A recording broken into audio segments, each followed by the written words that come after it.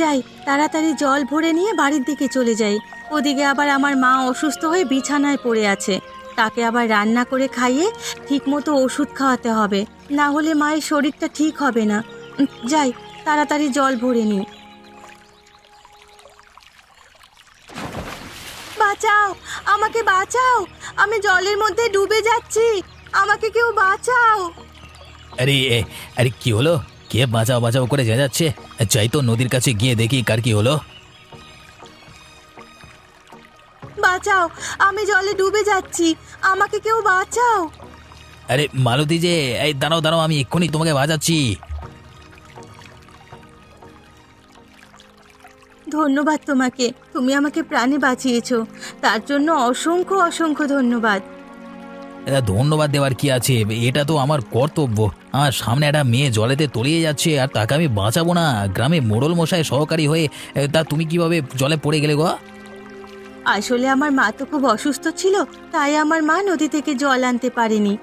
আমি এসেছিলাম আজকে জল আনতে, আর এসে দেখি প্রচুর পানা, আর সেই পানাগুলোকে পরিষ্কার করতে গিয়েই আমি নদীতে পড়ে গিয়েছিলাম। ঠিক আছে ঠিক আছে, তুমি চলো, আমরা দুজন মিলে একসাথে তোমাদের বাড়িতে গিয়ে তোমাকে তোমার বাড়িতে দিয়ে আসবো। না না, তার কোনো প্রয়োজন হবে না, আমি একা একাই বাড়ি যেতে পারবো। তা আমি তোমাকে তোমার বাড়িতে ছেড়ে দিয়ে আসবো বলছি, তা আমাকে তুমি নিয়ে যাবে না তোমাদের বাড়িতে? আরে না না, তেমন কোনো ব্যাপার না, ঠিক আছে তাহলে চলো।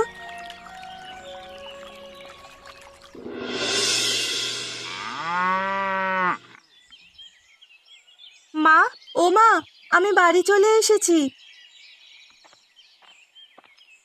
চলে এসেছিস মা? আমাকে এক গ্লাস জল এনে দে। আরে কি, তুই জলে ভিজে গেছিস কেন? তুই কি নদীতে পড়ে গিয়েছিলিস? আরে হ্যাঁ কাকিমা, তোমার মেয়ে মালতী নদীতে পড়ে গেছিল। আমি যদি ঠিক সময় সেখানে না উপস্থিত থাকতাম তাহলে হয়তো তোমার মেয়ে আজকে আর এই পৃথিবীতে বেঁচে থাকতো না। মা, আমি তোকে বারবার বলেছিলাম যে তোকে জল আনতে যেতে হবে না, আমি জল আনতে পারবো। সেই তুই আমার একটা কথাও শুনলি না। দেখলি তো, যদি আজকে দীপক না থাকতো তাহলে আমাদের কত বড় ক্ষতি হয়ে যেত। ঠিক আছে কাকিমা, আপনিও তো কাঁদবেন না, না হলে দেখবেন আপনার আরো বেশি শরীর খারাপ করবে, তখন আর এক সমস্যা হবে। আমার যা হবে তা হোক, কিন্তু আমার মেয়ের যদি কিছু হয়ে যেত, আমি কাকে আঁকড়ে ধরে বাঁচতাম? আমার একমাত্র মেয়েই ভরসা। তা ধন্যবাদ দীপক, আমার মেয়েকে আমার কোলে ফিরিয়ে দেওয়ার জন্য। ধন্যবাদ দিতে হবে না কাকিমা, এটা তোমার কর্তব্য, আর কর্তব্যটাই তো আমি পালন করেছি। আর আপনি যে বলছেন আমার যা হবে হোক, তাহলে আপনার যদি কিছু হয়ে যায় তাহলে আপনার মেয়ে কি করে থাকবে আপনি চিন্তা করবেন না। আপনার যা দরকার লাগে আমাকে বলবেন, আমি যতটা পারি আপনাদেরকে সাহায্য করব। ঠিক আছে, তাহলে আমি এখন আসছি, আবার পরে একদিন দেখা হবে। হ্যাঁ হ্যাঁ বাবা, তুমি যাও, সাবধানে যাও, আবার এসো একদিন সময় করে।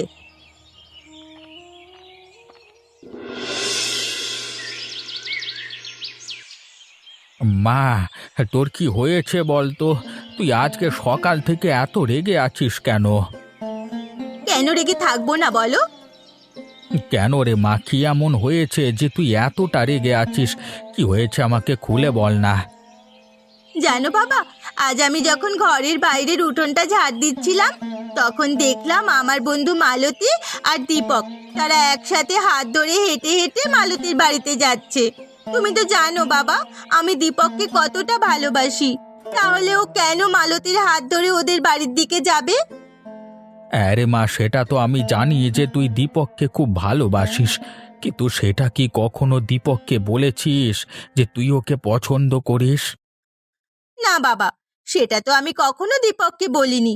তবে আমার প্রচন্ড রাগ হচ্ছে, মালতীর হাত ধরেছিল বলে মনে হচ্ছিল যেন ওকে আমি মেরেই ফেলি। ঠিক আছে, তাহলে মালতী যখন তোর পথের কাঁটা হয়ে দাঁড়াচ্ছে, তাহলে মালতীকে মেরেই ফেল। কিন্তু কিভাবে মারবো ওকে বাবা? তুই চিন্তা করিস না রে মা, তুই আর আমি আজকে রাতে ওদের বাড়িতে আগুন লাগিয়ে দেব, তখন ওরা আগুনে পুড়ে মরবে। তখন বুঝতে পারবে যে বামন হয়ে কখনো চাঁদে হাত দেওয়ার স্বপ্ন দেখে না। হ্যাঁ বাবা, তুমি একদম ঠিক কথা বলেছো। আজ রাতই ওদের শেষ রাত হবে। ঠিক আছে মা, তাহলে আমাকে একটু বিশ্রাম করতে দে, এখন রাতে ওদের বাড়ির দিকে যাব। বুঝলি রে দীপক, আমি যে প্রেম করে কত বড় ভুল করেছি শুধুমাত্র আমিই জানি। মোড়ল মশাই, আপনি এমন করে বলছেন কেন? মানে গিন্নিমার সাথে আপনার কি কিছু হলো নাকি? কি হলো মানে? তুই প্রশ্নটা কর যে কি হয়নি। প্রত্যেক দিন আমাদের মধ্যে ঝগড়া লেগেই আছে, কিছু ছোটখাটো জিনিস নিয়েও আমাদের মধ্যে ঝগড়া লেগে যাচ্ছে। তুই বল, রোজের যদি ঝগড়া লেগেই থাকে তাহলে ওই বাড়ি থেকে আর থাকতে ভালো লাগে? হ্যাঁ মোড়ল মশাই, সেটা আপনি একদম ঠিক কথাই বলেছেন। তবে এটা তো মানতেই হবে যে প্রেম করে যারা শেষ পর্যন্ত টিকে থাকতে পারে তারাই একমাত্র ভালোবাসার মানেটা বোঝে। হ্যাঁ দীপক, সেটা তো একদম খাঁটি কথা। তা দীপক, তুই কবে বিয়ে করছিস বল? তোর তো অনেক বয়স হয়ে গেল, এবার তো একটা বিয়ে করতে হবে নাকি? তা তোর জন্য মেয়ে দেখবো নাকি, না তুই কাউকে মানে মনে মনে আর কি? না মানে ওই আর কি। আরে লজ্জা পেয়ে কোনো লাভ নেই, তুই বল না কাকে ভালোবাসিস, আমি তার সঙ্গে বিয়ে দেওয়ার ব্যবস্থা করব তোর। আসলে মোড়ল মশাই, আমি ওই আমাদের গ্রামের নমিতা কাকিমার মেয়ে মানে মালতীকে খুব ভালোবাসি। ও এই ব্যাপার, তা তুই চিন্তা করিস না, তুই আমার উপর একদম ছেড়ে দে। নমিতা কাকিমার সাথে আমার প্রচুর ভালো সম্পর্ক আছে। আমি যদি ওনার মেয়েকে তোর সাথে বিয়ে দেওয়ার প্রস্তাব দিই তাহলে আশা করছি উনি না করবেন না, নির্দ্বিধায় তোর সাথে বিয়েটা দিয়ে দেবে। তুই আমার উপর ভরসা রাখ। আচ্ছা ঠিক আছে মোড়ল মশাই, এবার চলুন, বিকেল গড়িয়ে তো সন্ধে হতে চললো, এবার বাড়ির দিকে যাওয়া যাক।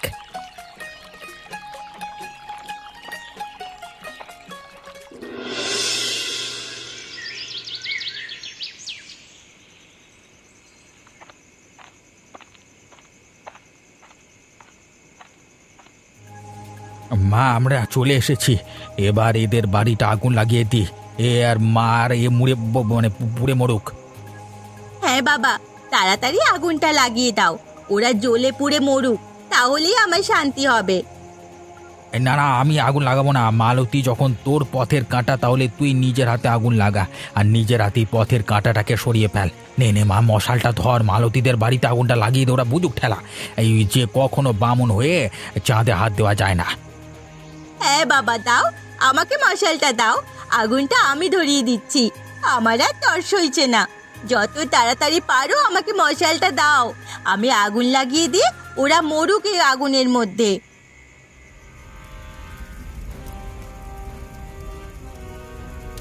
বাবা চলো, আমি আগুন লাগিয়ে দিয়েছি, এবার ওরা জ্বলে পুড়ে মরবে এই আগুনের মধ্যে। আর চলো, এবার যদি আমাদের এখানে কেউ দেখে ফেলে তাহলে আমরা ফেঁসে যাব। তার থেকে বরং আমরা তাড়াতাড়ি এখান থেকে চলে যাই। যত তাড়াতাড়ি এখান থেকে চলে যাওয়া যায় ততটাই আমাদের ভালো। হ্যাঁ রে মা, চল চল চল চল, তাড়াতাড়ি বাড়ির দিকে যাই। আমাদের এই মুহূর্তে যদি এখানে কেউ দেখে ফেলে তখন আরেক সমস্যা হয়ে যাবে, চল।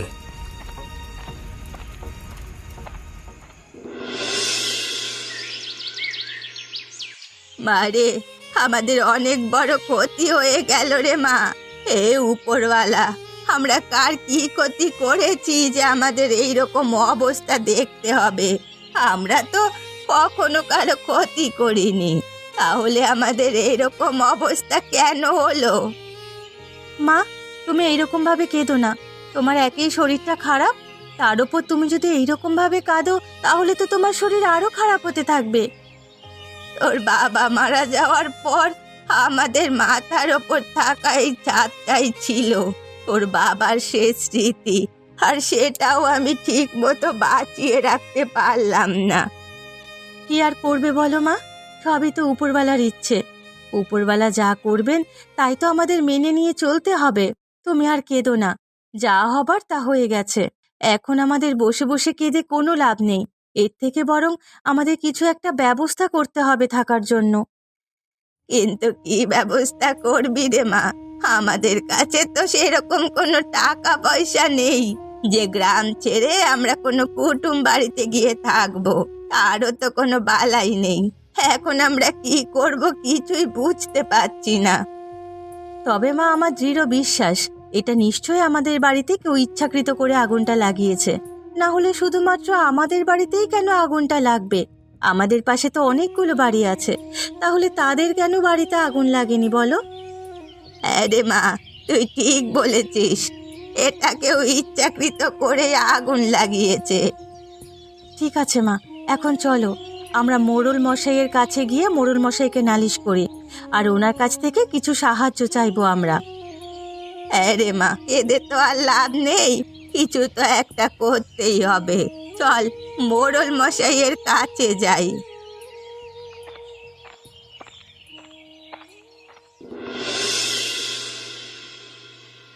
মোড়ল মশাই, ও মোড়ল মশাই, আপনি বাড়িতে আছেন? আপনার সাথে একটু দরকারি কথা ছিল। আরে নমিতা কাকিমা যে, তা আমাদের বাড়িতে এই অসময়ে এলে, কি ব্যাপার? আবার সঙ্গে করে মেয়েকেও নিয়ে এসেছো, কি হয়েছে কি বলো তো? আসলে কি বলবো মোড়ল মশাই, গতকাল রাতে আমরা শুয়েছিলাম, কিন্তু মধ্যরাতে দেখি আমাদের গোটা বাড়িটা আগুনে ভর্তি। তখন মাকে তাড়াতাড়ি জাগিয়ে ঠিকমতো সময়ে আমরা বাড়ি থেকে বেরিয়ে গিয়েছিলাম। সেজন্যই আজ আমরা প্রাণে বেঁচে আছি, না হলে হয়তো আমরা প্রাণে বেঁচে থাকতে পারতাম না। কি, তোদের বাড়িতে আগুন লেগে গেছে? কি বলছিস কি? হ্যাঁ মোড়ল মশাই, আমি ঠিকই বলছি। বিশ্বাস না হলে তুমি মাকে জিজ্ঞাসা করো, সত্যি আমাদের বাড়িতে আগুন লেগে গেছে। আর সেই জন্যই তো আপনার কাছে এলাম, আপনার থেকে কিছু সাহায্য চাইতে। বিতা কাকিমা, তোমার মেয়ে যা বলছে সে সমস্ত কি সত্যি? হ্যাঁ, এই সমস্ত কিছুই সত্য ঘটনা। আর এটাও সত্যি যে এই আগুন আচমকা লাগেনি, এই আগুন জেনে শুনেই লাগানো হয়েছে। কারণ যদি আমাদের বাড়িতে আপনি আপনি আগুন লাগতো, তাহলে আমাদের বাড়ির পাশে অনেকগুলি বাড়ি ছিল, তাহলে সেখানেও আগুন লাগতো। কিন্তু শুধুমাত্র আমাদের বাড়িতেই লেগেছে। এটা কেউ নিশ্চয়ই জেনে শুনে আমাদের বাড়িতে আগুন লাগিয়েছে, আমাদের ক্ষতি করার জন্য।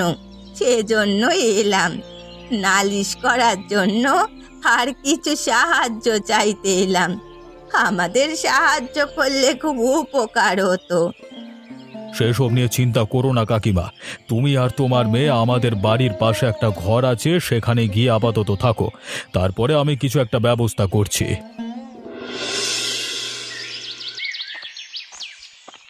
যাক, তাহলে মোড়ল মশাই যখন নিজে উদ্যোগটা নিয়েছেন যে আমার সাথে মালতীর বিয়ের কথা বলবে, বেশ ভালোই হলো। মোড়ল মশাই বললে আশা করছি নমিতা কাকিমা না করবেন না। যাক বাবা, ভালোই ভালোই বিয়েটা হয়ে গেলেই হলো।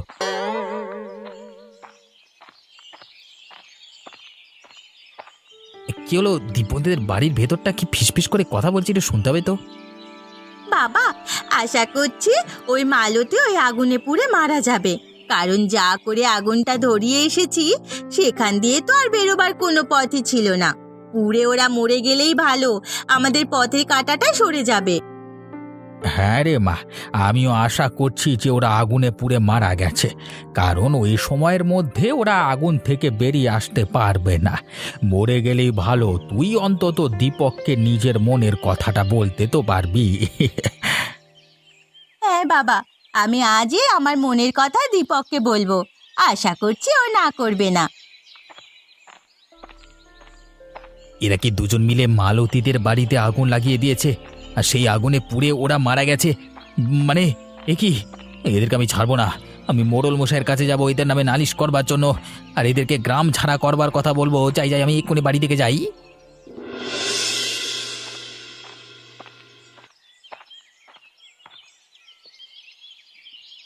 বাবা, ও বাবা, তোমার কি হলো? তুমি তো একটু আগে মাঠে গেলে, আর এরই মধ্যে ফিরে চলে এলে। তা কি ব্যাপার, আজকে মাঠে যাবে না নাকি? আমাদের অনেক বড় ক্ষতি হয়ে গেছে রে মা, আমাদের অনেক বড় ক্ষতি হয়ে গেছে। কেন গো, কি ক্ষতি হয়েছে আমাদের? আজকে আমি সকালে মাঠে গিয়ে দেখি আমাদের অনেক ফসল এই গরমের দিনে জল না পেয়ে নষ্ট হয়ে গেছে। এখন আমাদের কি হবে আমরা কিছু বুঝতে পারছি না হে ওপরওয়ালা। এবার আমরা কি খাবো, কি পরবো, কিচ্ছু বুঝতে পারছি না। আমাদের সংসার চলবে কি করে? তাহলে বাবা, এবার আমাদের কি হবে? তুমি যে অত বড় স্বপ্ন দেখেছিলে যে আমার ধুমধাম করে বিয়ে দেবে, তাহলে সেই সমস্ত স্বপ্ন তো স্বপ্নই রয়ে গেল। কি আর করবি বল, এখন তো আর কিছু করবার নেই। তবে তোর মা কিন্তু ঠিকই বলতো যে তুমি যার ক্ষতি করবে তার দ্বিগুণ ক্ষতি তোমাদের হবে। হয়তো গতকাল রাতে আমরা তোর বন্ধু মালতীর বাড়িতে আগুন লাগিয়ে দিয়েছিলাম, আর তারই ফল আজকে আমাদের এভাবে ভোগ করতে হচ্ছে। ধুর, এইসব কুসংস্কারের কথা তুমি এখনো মানো? যাও, যা হবার হয়ে গেছে, সেটা তো আর ফিরে পাবে না। এখন যেই ফসলগুলো মোটামুটি ভালো আছে সেই ফসলগুলোই কেটে বিক্রি করে দাও।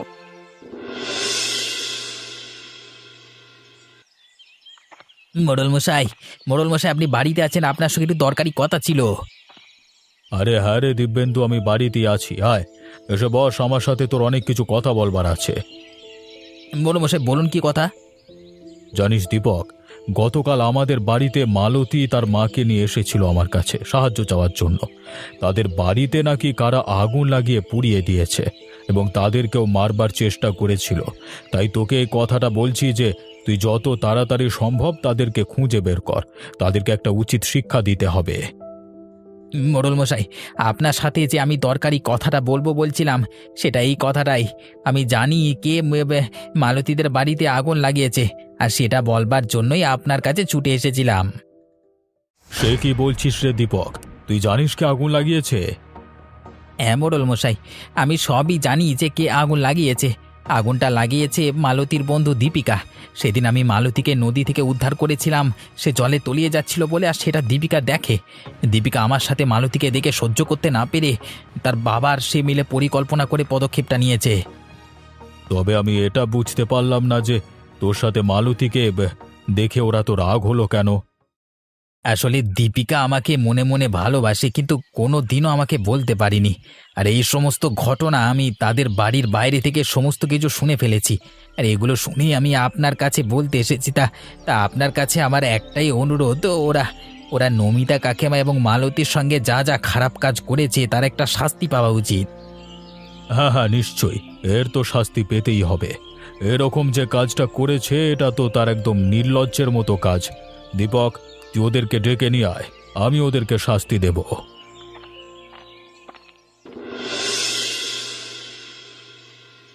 বাবা, ও বাবা, তোমার কি হলো? তোমার তো এইরকম ভাবে হঠাৎ করে শরীর খারাপ হয় না, তাহলে তুমি কিভাবে অজ্ঞান হয়ে গেলে তখন? জানি না রে মা, তবে আমার প্রচণ্ড কষ্ট হচ্ছে। অতগুলো ফসল নষ্ট হয়ে গেল ঠিক মতো জমিতে জল না দেওয়ায়। যা আবার হয়ে গেছে সে নিয়ে তুমি অত চিন্তা করো না তো, না হলে তোমার আবার শরীর খারাপ করবে। এই বছর না হয় আমাদের ক্ষতি হয়েছে, পরের বছর তুমি ঠিকঠাক ভাবে চাষবাস করবে, দেখবে আবার সব ঠিকঠাক হয়ে যাবে। আরে মা, তাই যেন হয়, ওপরওয়ালার কাছে এটাই প্রার্থনা কর। দিব্যেন্দু কাকা, দিব্যেন্দু কাকা, তোমাকে আর তোমার মেয়েকে মোড়ল মশাই ডেকেছে। মোড়ল মশাই ডেকেছে মানে? আমরা কি কিছু করেছি? সেটা বলতে পারবো না। তুমি আর তোমার মেয়ে মোড়ল মশাইয়ের বাড়িতে গেলেই জানতে পারবে। আমাকে শুধু তোমাদের খবর দিতে বললো, তাই তোমাদের খবর দিতে এলাম। যত তাড়াতাড়ি পারবে তত তাড়াতাড়ি ওখানে চলো। ঠিক আছে বাবা, তুমি যাও, আমরা আসছি গো।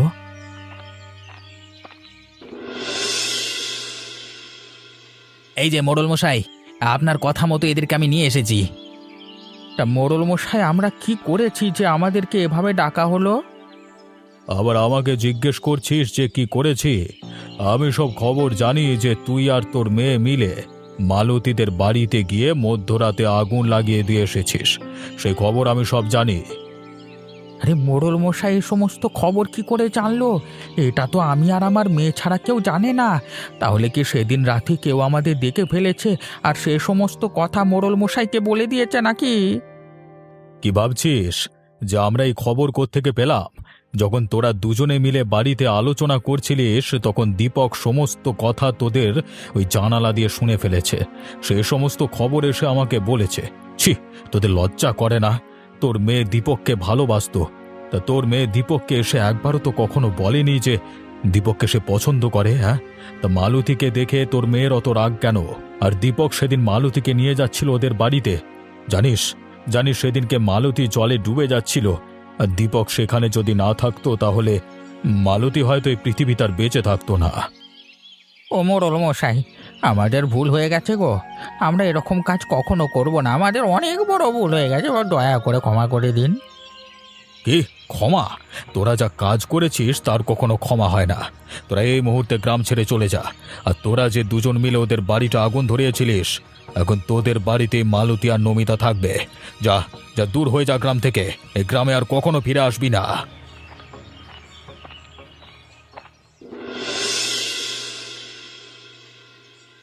নমিতা কাকিমা, নমিতা কাকিমা বাড়িতে আছেন? আপনার সাথে একটু দরকারি কথা ছিল।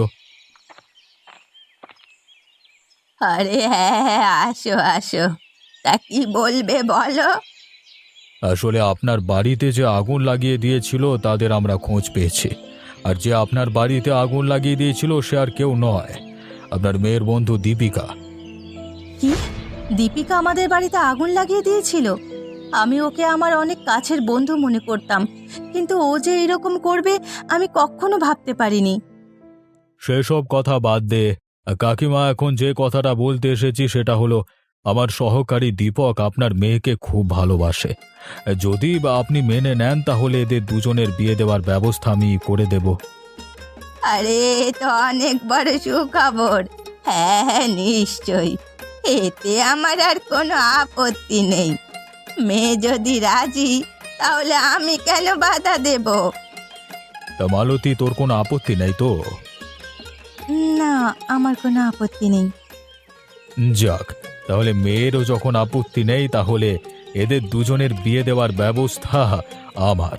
আপনাকে আর কোনো চিন্তা করতে হবে না। আর এই দুঃখের সংসারে আজকে এই আনন্দের দিনে মাংসের ঝোলের রান্না করা হোক। হ্যাঁ, এমনই মজার মজার গল্প দেখতে আমাদের চ্যানেলকে সাবস্ক্রাইব করতে ভুলবেন না।